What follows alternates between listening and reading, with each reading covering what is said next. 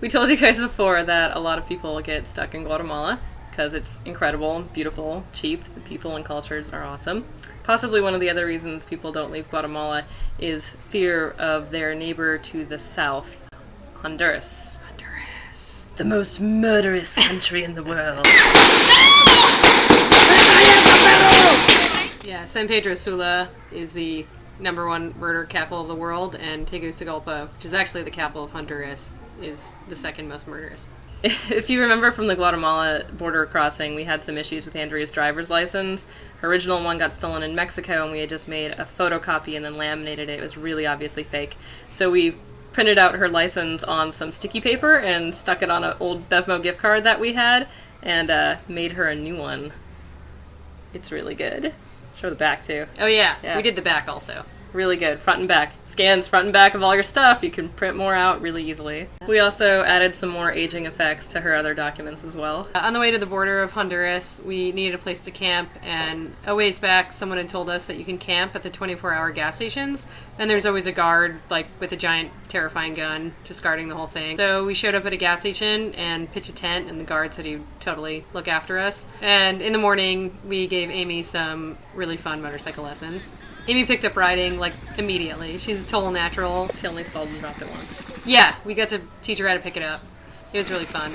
After bike lessons, we ate breakfast at this weird little restaurant that had pet squirrels. We crossed the border at El Florido, and the border was actually really small and pretty easy to deal with. We checked out of Guatemala pretty easily. They asked us for a 10 quetzale exit fee, which there was no signage about and we didn't think was real. She'd already stamped our passports out, so we just walked away from the counter. After getting our exit stamp out of Guatemala, we saw some money changers who were pretty desperately trying to swindle us out of a bunch of money. But I got down to something that I felt pretty good about. It's nice having Amy with us to watch the bikes too, because it did take a little while for the paperwork, but nothing like we had been told and nothing like we expected. It was really only like an hour or so, and we were across and went to Copan Ruinas. We found a cheap hotel there with some secure parking for the bikes so we could celebrate New Year's. Copan Ruinas is a quaint little town, but their central park has some weird-ass statues. Like, seriously, ass statues. Just statues of asses. Butts. And other, weird things. I'll just let you, judge for yourself. Yeah. Look for yourselves. What do you see here? The quaint little park had turned into a war zone for New Year's Eve. Yeah, kids were setting off fireworks, left and right. There was a legitimate threat of losing one or both of your eyes. So we bought some fireworks and then shot them off. We saw a bunch of people partying in the streets with a pretty lame DJ. It didn't stop this guy from partying till he pissed himself. The next day we walked the path out to the ruins. The ruins of Copan have more sculpture than any other Mayan ruin site, including stylized skulls, bats, and flamboyant panthers. There is a very tall hieroglyphic stairway at Copan. We don't know what the story means, but there are a lot of glyphs. It has more Mayan glyphs than any other piece ever found, so it's one of the things they're using to try to piece together some of the Mayan language. There's also the ball court where Mayans used to play, and then I think the winner got murdered, sacrificed to the gods. Willfully murdered. Preferably murdered. I don't know.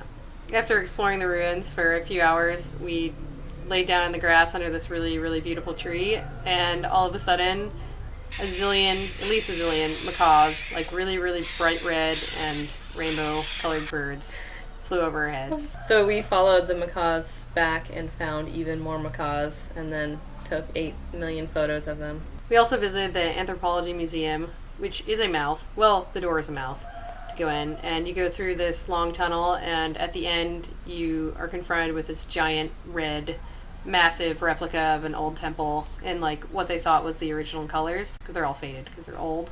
Yeah, it's interesting to think about. You see all the ruins in their very natural colorings, and that's nothing like what they think the buildings actually look like. They were all really bright primary colors.